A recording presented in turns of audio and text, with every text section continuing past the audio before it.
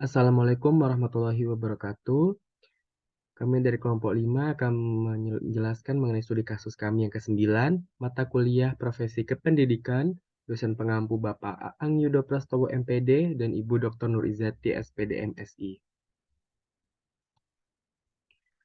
Kelompok 5 terdiri dari saya Rio, ada Indah Permatahati, ada Rizky Amri, dan ada Ira Rayani Riswana.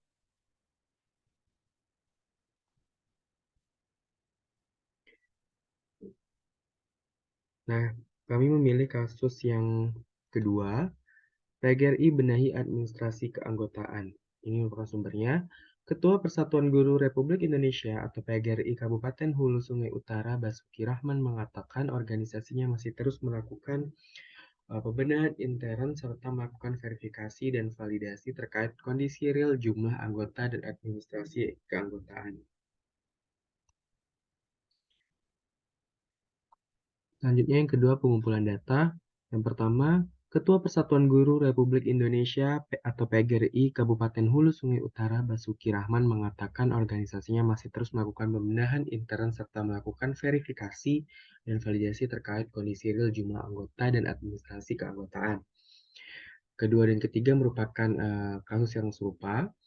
Ketua Persatuan Guru Republik Indonesia Provinsi DKI Jakarta, Agus Suradika menghimbau kepada anggota PGRI Jakarta Utara untuk memberikan pelayanan yang profesional di bidang pendidikan. PGRI adalah mitra strategis pemerintah dalam memajukan dunia pendidikan.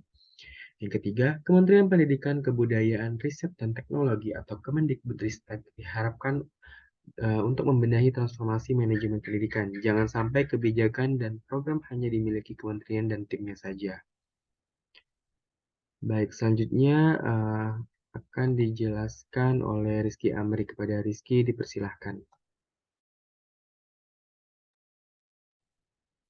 Baik, terima kasih kepada moderator. Di sini saya akan melanjutkan mengenai analisis data. Yang pertama itu ada Persatuan Guru Republik Indonesia atau disingkat dengan PGRI Kabupaten Hulu Sungai Utara terus melakukan validasi jumlah anggota PGRI mengingat selalu saja ada anggota yang pensiun, meninggal dunia, bahkan ada yang belum memiliki kartu tanda anggota atau KTA. Nah, anggota dari PGRI yang terdata dalam sistem informasi untuk Kabupaten Hulu Sungai Utara itu tercatat sebanyak 3.515 orang guru dan tenaga pendidik, termasuk yang non-PNS. Sedang data Dinas Pendidikan menyebut jumlah tenaga guru sebanyak 4.255 orang.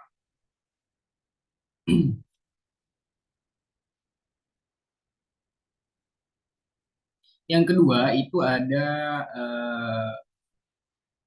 analisis data yang kedua. Nah, di sini mari kita bersama-sama menjadikan PGRI sebagai organisasi yang kuat. Kedisiplinan anggota PGRI sangat penting untuk memajukan organisasi agar lebih baik ke depannya.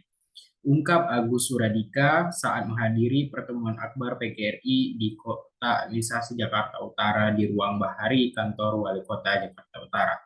Nah, dalam pertemuan itu, ia menekankan kepada 198 anggota PGRI Jakarta Utara untuk memperkuat potensi internal. Nah, di mana PGRI itu harus lebih fokus pada organisasi profesi saja. Selain itu, PGRI akan terus berupaya meningkatkan kesejahteraan guru, baik negeri maupun swasta.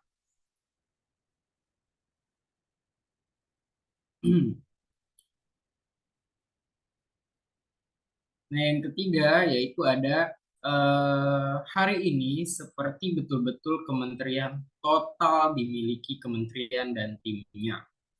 Ujar Wakil Sekjen Persatuan Guru Republik Indonesia, Dudung Abdul Qadir dalam ngobrol pintar seputar kebijakan edukasi di Jakarta.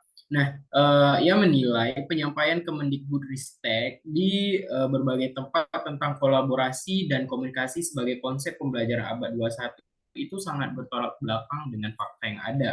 Menurutnya, sebelum meminta kolaborasi di tingkat satuan pendidikan, kementerian itu harus memberi contoh dulu apakah kolaborasi dan komunikasi sudah dilakukan oleh Kemendikbudristek.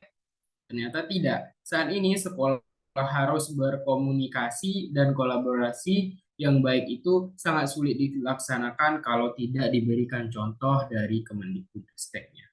Baik, terima kasih. Mungkin itu saja dari saya. Saya kembalikan ke moderator. Baik, terima kasih Rizky Amri. Selanjutnya mengenai kendala akan dijelaskan oleh Indah. Kepada Indah dipersilahkan. Baik, terima kasih kepada moderator. Yang keempat yaitu kendala. Yang pertama, kepercayaan guru dan pemerintah terhadap PGRI masih kurang. Perjuangan PGRI dalam memajukan pendidikan dan menyuarakan pemenuhan hak-hak guru mengalami dinamika yang beraneka ragam. Kondisi sosial dan politik negeri Nusantara ini tak sedikit meninggalkan goresan dalam perjuangan PGRI. Perbedaan pandangan tentang prosedur dan kewenangan dalam memperjuangkan nasib guru kerap menimbulkan gesekan-gesekan kecil bagi keberlangsungan organisasi guru tersebut.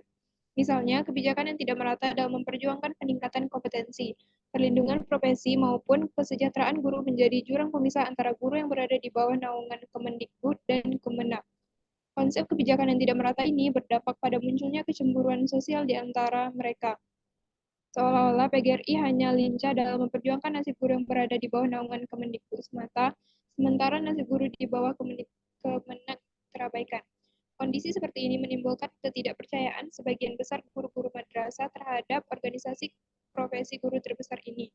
Dampaknya mereka jarang berminat bergabung menjadi anggota PGRI lantasan nasibnya kurang diperjuangkan PGRI dan bahkan dari asumsi ketidakberpihakan PGRI kepada guru-guru di bawah naungan Kemenak ini memunculkan organisasi profesi baru di kalangan guru di seluruh Indonesia.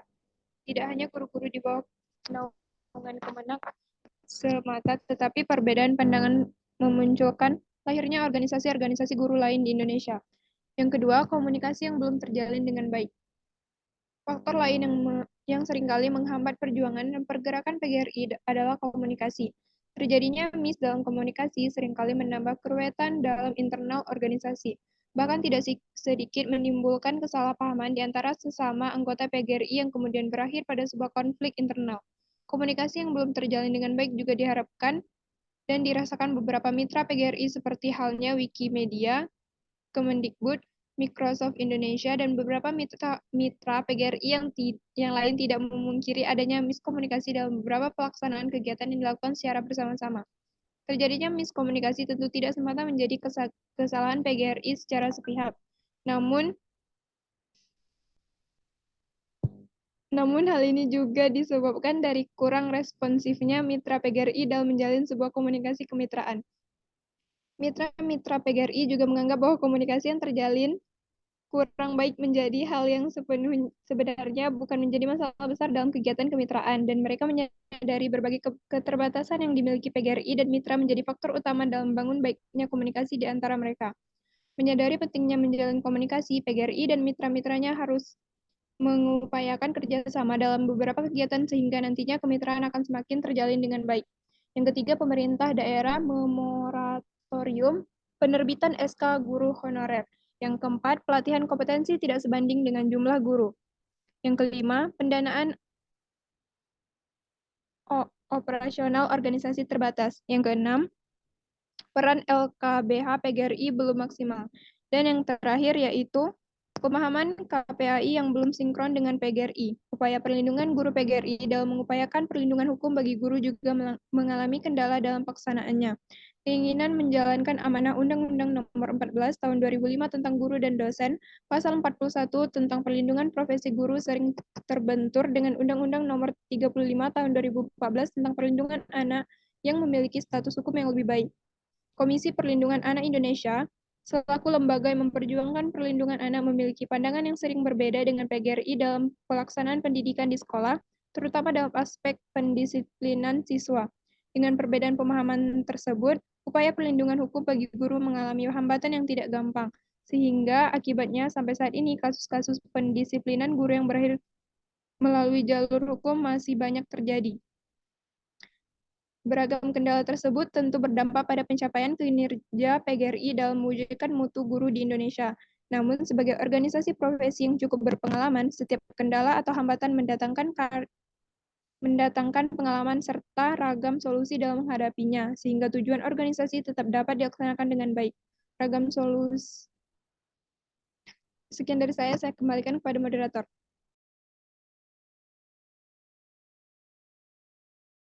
Baik, terima kasih Indah. Selanjutnya akan dijelaskan oleh Ira. Kepada Ira dipersilahkan. Baiklah, terima kasih kepada moderator. Di sini saya akan melanjutkan pembahasan mengenai perbaikan atau solusi. Nah, yang pertama itu ada soft diplomasi. Dalam membangun interest di kalangan guru, masyarakat, dan pemerintah, PGRI mengedepankan soft diplomasi atau diplomasi yang halus. Kepercayaan guru, masyarakat, dan pemerintah yang kurang menjadi kendala dan hambatan yang sangat berarti bagi PGRI dalam melaksanakan perjuangan organisasinya. Kenapa? Karena objek perjuangan PGRI tidak terlepas dari tiga komponen penting tersebut, yaitu soft diplomasi merupakan pendekatan-pendekatan yang dilakukan PGRI dengan membangun komunikasi yang santun untuk menghadirkan rasa simpati dan empati di kalangan guru, masyarakat, dan pemerintah. Lalu yang kedua itu ada modernisasi organisasi. Nah, sejak pada masa reformasi, perkembangan teknologi di Indonesia semakin pesat. Keadaan ini secara tidak langsung berpengaruh pada berbagai aspek kehidupan masyarakat, tak terkecuali dunia pendidikan. Nah, manfaat perkembangan teknologi dalam pendidikan diantaranya itu adalah komunikasi di antara pelaku pendidik semakin mudah, sehingga meminimalisir miskomunikasi di antara mereka. Sistem cepatnya perolehan tentang perkembangan sistem pendidikan terkini, baik dari pola pelayanan, pembelajaran, pengelolaan keuangan, kenaikan pangkat guru dan tenaga kependidikan maupun kebijakan dan aturan-aturan baru lainnya terkait dengan pendidikan. Nah, selanjutnya yang ketiga yaitu membangun kementerian strategis. Nah, solusi alternatif PGRI dalam mengcover kegiatan dan program kerjanya adalah dengan membangun kementerian yang strategis. Kendala keterbatasan dana yang dimiliki PGRI tentu menghambat organisasi dalam merealisasikan program kegiatannya dalam memajukan pendidikan dan memperjuangkan hak-hak guru. Nah, penyelesaian persoalan kompetensi guru, pelindungan hukum bagi guru, dan peningkatan kesejahteraan bagi guru tidak dapat dilakukan dengan optimal. Sekian pembahasan dari saya kembalikan kepada moderator. Baiklah, demikianlah mengenai studi kasus yang kami lakukan dari kelompok 5. Terlebih dan terkurang kami mohon maaf. Assalamualaikum warahmatullahi wabarakatuh.